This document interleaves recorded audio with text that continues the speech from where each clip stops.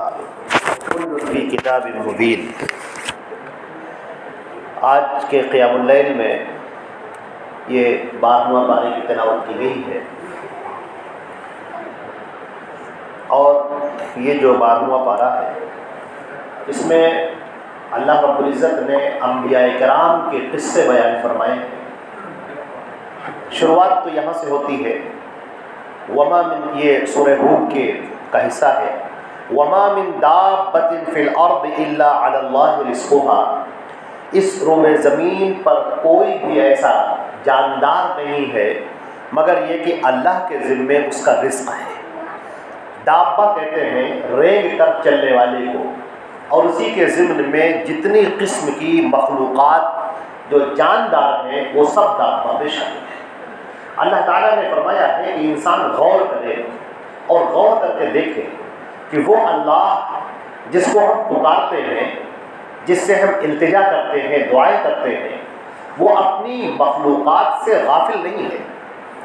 تمام مخلوقات، اور اتنی مخلوقات ہیں کہ تمہیں پتہ بھی نہیں ہے کہ وہ کون سی مخلوقات ہیں۔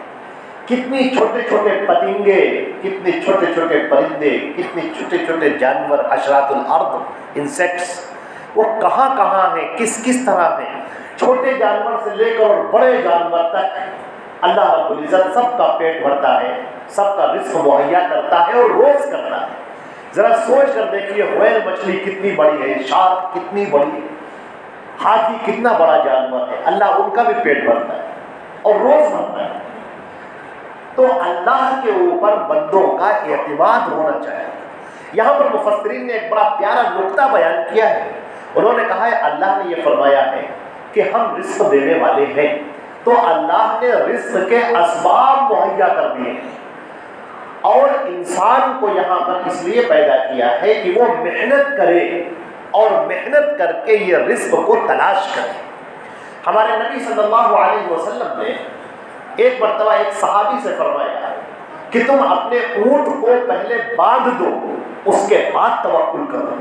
یہ روئے زمین اللہ نے پھیلا دی ہے، اب انسان کو چاہیے کہ اس میں محنت کرے، تگودو کرے، رزق کو تلاش کرے، اور اللہ نے رزق کے اسباب کھول کر بیان کر دیے، اس کے سامنے کھول کر رکھ دیے۔ یہ نہیں کہ انسان کاہل ہو جائے۔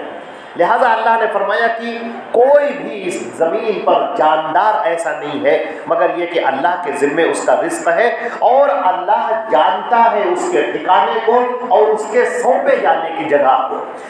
مستقر اور مستودع میں بہت سارے اقوال بیان کیے گئے ہیں، لیکن سب سے اہم بات یہ ہے کہ اس کا ٹھکانہ کہاں ہے، انسان کہاں رہتا ہے اللہ کو معلوم ہے، اس کا انجام کیا ہوگا، کہاں پر وہ دفن کیا جائے گا اللہ کو یہ بھی معلوم ہے۔ تو اے انسانوں، اللہ کو ماضی، حال اور مستقبل سب کا علم ہے۔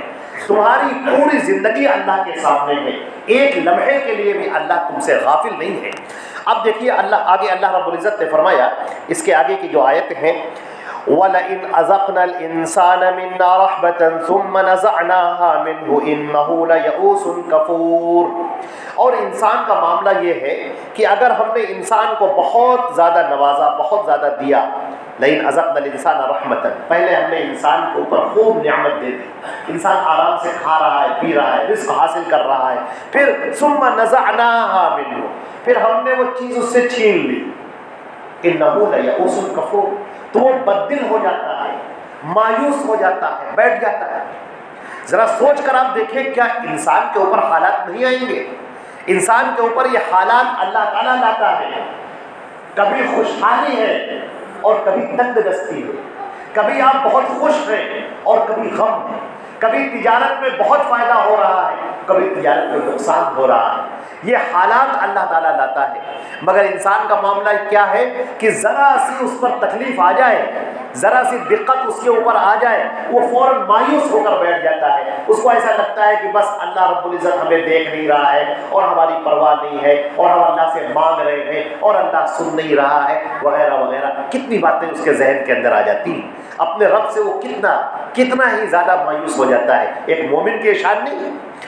اللہ نے فرمایا وَلَئِنْ أَذَقْنَاهُ نَعْمَاءَ بَعْدَ ضَرَّاءَ مَسَّتْهُ، اور اگر وہ پریشان حال تھا اب ہم اس کو خوشحالی سے نواز دیں، لَيَقُولَنَّ ذَهَبَ السَّيِّئَاتُ عَنِّي، تو وہ کہتا ہے کہ بس مجھے تو اللہ خوب دے رہا ہے، مجھے دیتے چلا جا رہا ہے، میرے تو کوئی غلطی ہی نہیں ہے، میں تو کوئی گناہ ہی نہیں کرتا ہوں، ساری بدحالی ساری پریشانی مجھ سے دور ہو گئی، دیکھیے اللہ تعالیٰ میرے اوپر کتنا برسا رہا ہے۔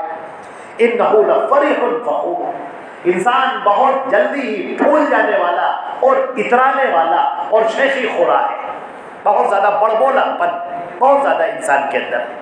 نبی کریم صلی اللہ علیہ وسلم جب لوگوں کو دعوت دیتے تھے تو کچھ مالدار لوگ تھے جو اس طرح سے کہا کرتے تھے کہ تم غریب لوگ اور ہم مالدار، تو اللہ تم سے خوش ہے کہ ہم سے خوش ہے؟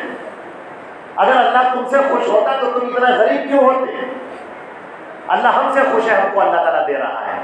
تو اللہ تعالیٰ نے فرمایا کہ کسی کو دینا کسی کو نہ دینا یہ ہماری حکمت ہے، ہم انسان کو آزماتے ہیں، اور تم اپنی دولت پر اتراؤ نہیں، کس کی دولت کب چھین لی جائے کوئی نہیں جانتا، کس کی حکومت کب چھین لی جائے کوئی نہیں جانتا، کون سا جو بیچارہ بدحال اور پریشان حال ہے اللہ تعالیٰ کیسے اس کو نواز دے کوئی نہیں جانتا۔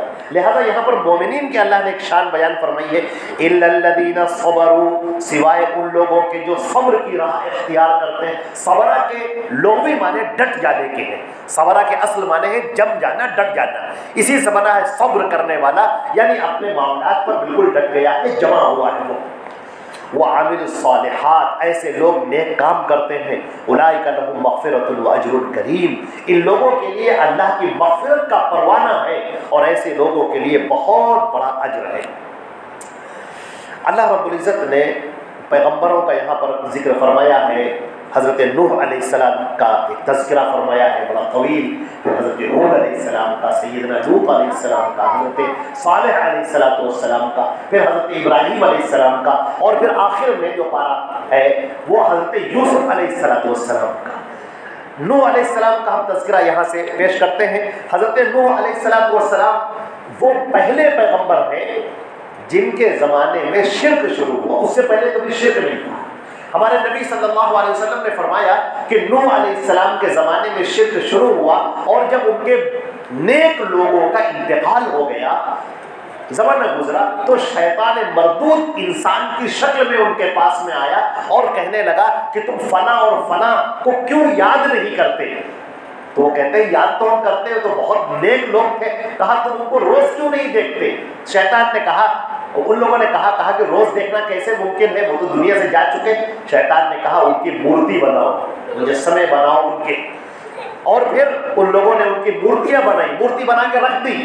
ایک نسل تو گزر گئی ان کو دیکھتے ہوئے، اب اگلی جب نسل آئی تو ان کو دھلنے لگی، گرد و غبار صاف کرنے لگی، پھر اگلی جب نسل آئی تو اس نے وہاں پر دعائیں مانگنی شروع کی، اس جگہ کو متبرک سمجھنا شروع کر دیا، اور اس کے بعد پھر جو نسلیں آئیں وہ ان کی عبادت میں پڑ گئی۔ بزرگوں کی تعظیم، اور پھر تعظیم میں غلو، اور پھر غلو سے شرک، یہ ایک دہانہ ہے۔ حضرت نوح علیہ السلام نے اپنے قوم کو سمجھایا، اور 950 برس تک ان کو دعوت دیتے رہے، مگر وہ پوری قوم ان کے ساتھ بدسلوکی کرتی رہی اور بے حیائی سے پیش آتی رہی، اپنے جرم پر قائم رہی۔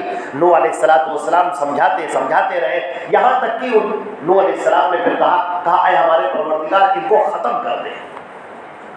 ابھی اتنے 950 سال سے سمجھا رہے ہیں، سمجھ میں نہیں آ رہا ہے ان کے۔ اللہ نے کہا کشتی بناؤ۔ اب لکڑی کی کشتی بننی شروع ہوئی، لوگ ہنستے تھے، مذاق اڑاتے تھے، یہ کشتی کہاں چلے گی؟ سمندر تو یہاں کہیں ہے نہیں، ندی تو یہاں کہیں ہے نہیں، چلے گی کہاں یہ؟ نوح علیہ السلام خاموش رہتے تھے، کشتی بن کے تیار ہو گئی، اور پھر وہ وقت آ گیا، پھر اللہ رب العزت نے کہا کہ جو لوگ تم پر ایمان لائے، اور فرمایا وما آمن معه الا قلیل، چند لوگ ایمان لائے، کہا جو لوگ تم پر ایمان لائے ہیں ان کو اس کشتی میں سوار کر لو، اور ہر جانور کے 2 جوڑے رکھ لو۔ اب اللہ کا حکم آ پہنچا، آسمان سے پانی برسنا شروع ہوا اور زمین سے پانی ابلنا شروع ہوا، وفارت تنور، زمین کے تنور کی طرف سے پانی ابلا اور پھر پھیلتا چلا گیا پانی، یہاں تک کہ پوری دنیا پانی کے اندر ڈوب گئی۔ نوح علیہ السلام کی وہ کشتی موجوں میں تھپیڑے چلتے رہے، اور کئی مہینوں کے بعد پھر اللہ کا حکم ہوا، اور اللہ نے کہا کہ اے آسمان ٹھہر جا، وقیل یا ارض ابلعی ماءکی ویا سماء اقلعی، اور حکم دیا گیا اے زمین اپنے پانی کو نگل لے، اور اے آسمان تھم جا۔ وقضی الامر، فیصلہ ہو گیا، واستوت علی الجودی، اور یہ کشتی جودی پہاڑ پر جا، آج کل جو ارارات پہاڑ ہے وہاں پر جا کر ٹھہری۔ آج بھی ارارات کے جو پہاڑ، پورا جو سلسلہ پٹی چلی گئی ہے، وہاں پر کائیوں کے نشان ملتے ہیں کہ یہاں ایسا لگتا ہے کہ ایک طویل زمانے میں یہاں پر پانی رکا رہا ہے وہاں پہاڑوں پر۔ پھر حضرت نوح علیہ السلام کا یہاں پر ایک بڑا پیارا واقعہ بیان کیا گیا ہے جو سننے سے تعلق ہے کہ ان کے 4 بیٹے تھے، کنعان، حام اور یافس۔ سام اور یافس اور کنعان سب سے بڑا بیٹا تھا۔ یہ تینوں تو ایمان لائے تھے لیکن بڑا بیٹا ایمان نہیں لایا تھا۔ جب نوح علیہ السلام نے کہا کہ بیٹے ایمان لے آؤ، کشتی میں شامل ہو جاؤ، تو اس نے کہا نہیں، میں ایمان نہیں لاؤں گا۔ وہ پہاڑ کے اوپر چڑھ گیا۔ نوح علیہ السلام نے اس کو بہت بلایا، یا بنی ارکب معنا ولا تکن مع الکافرین، اے میرے بیٹے آ جا میرے ساتھ میں، دل ہے باپ کا دھڑک رہا ہے، اے میرے بیٹے آ جا، منتیں کر رہے ہیں، سماجت کر رہے ہیں، ایمان لے آؤ، آ جاؤ۔ وہ کہتا ہے سآوی الی جبل یعصمنی من الماء، میں پہاڑ پر چڑھ جاؤں گا اور پہاڑ مجھے پانی سے بچا لے گا۔ نوح علیہ السلام نے کہا بیٹا لا عاصم اليوم من امر اللہ الا من، آج کے دن کوئی نہیں بچ سکتا، اللہ کا عذاب ہے، تم اللہ کی قدرت کو سمجھو، مگر وہ نہیں سمجھا اور ڈوب گیا۔ وحال بینہم الموت فکان من المغرقین، وہ ڈوب گیا۔ باپ کا دل، نوح علیہ السلام نبی ہیں لیکن باپ بھی تو ہے، تڑپ اٹھا ان کا دل اور آنکھوں سے آنسو جاری ہو گئے اور کہنے لگے محبت کے جوش میں کہ اے میرے رب، میرا بیٹا یہاں تو ہلاک ہو گیا ہے لیکن اے اللہ جہنم میں اس کو مت ڈالیے گا، اس کو بھی جنت عطا کر دیے گا۔ فوراً اللہ رب العزت نے ڈانٹا، کہا، اتنے سخت الفاظ میں کہا ہے، قال یا نوح انه ليس من اهلك انه عمل غير صالح فلا تسأل لما ليس لك به علم اني اعظك ان تكون من الجاهلين۔ یہ بہت سخت لہجہ ہے۔ اے نوح، وہ تمہارے اہل میں سے نہیں ہے، تم مسلمان ہو کافر، اس موت نے فاصلہ کر دیا، ایک جنتی اور جہنمی، ختم، اب اس میں کوئی دو رائے نہیں، اب اس کے عمل سب غیر صالح تھے، مجھ سے ایسی باتیں مت کیا کرو جس کا تمہیں کوئی علم نہیں ہے، میں نصیحت کرتا ہوں تمہیں کہ تم جاہلوں والی باتیں مت کرو، جاہل مت بنو۔ اب دیکھیں پیغمبروں کا مزاج، مومنین صادقین کا مزاج، فوراً توبہ کرنے لگے اور کہنے لگے ربی انی اعوذ بک ان اسألک ما لیس لی بہ علم والا تغفر لی وترحمنی اکن من الخاسرین۔ اے میرے پروردگار، میں تیری پناہ چاہتا ہوں کہ میں ایسی بات کہوں جس کا مجھے کوئی علم نہیں ہے، اگر تو نے مجھے معاف نہ کیا اور میرے اوپر رحم نہ کیا تو میں بڑا خسارہ اٹھانے والوں میں سے ہوتا ہوں، پروردگار مجھے معاف کر دے۔ یہ ہے ایک نبی کی شان، اور یہی شان ہر مومن کی ہونی چاہیے، غلطی ہو جائے فوراً اعتراف کر لے، اللہ کی بارگاہ میں جھک جائے۔ اور بھی بہت سارے واقعات ہیں، حضرت یوسف علیہ السلام کا قصہ ہے بڑا پیارا، جس کو قرآن پاک نے کہا ہے احسن القصص، بڑا خوبصورت قصہ ہے، ایک ایک کڑی اور ایک ایک ٹکڑے میں اس قدر نصیحتیں پنہاں ہیں کہ اللہ اکبر۔ اللہ تعالیٰ ہم کو اور آپ کو قرآن پاک پر عمل کرنے کی توفیق عطا فرمائے، اپنے نبی حضرت محمد مصطفیٰ صلی اللہ علیہ وسلم سے جڑنے کی اور ان کے ہدایات پر عمل کرنے کی توفیق عطا فرمائے۔ وآخر دعوانا الحمد للہ رب العالمین، والسلام علیکم ورحمۃ اللہ وبرکاتہ۔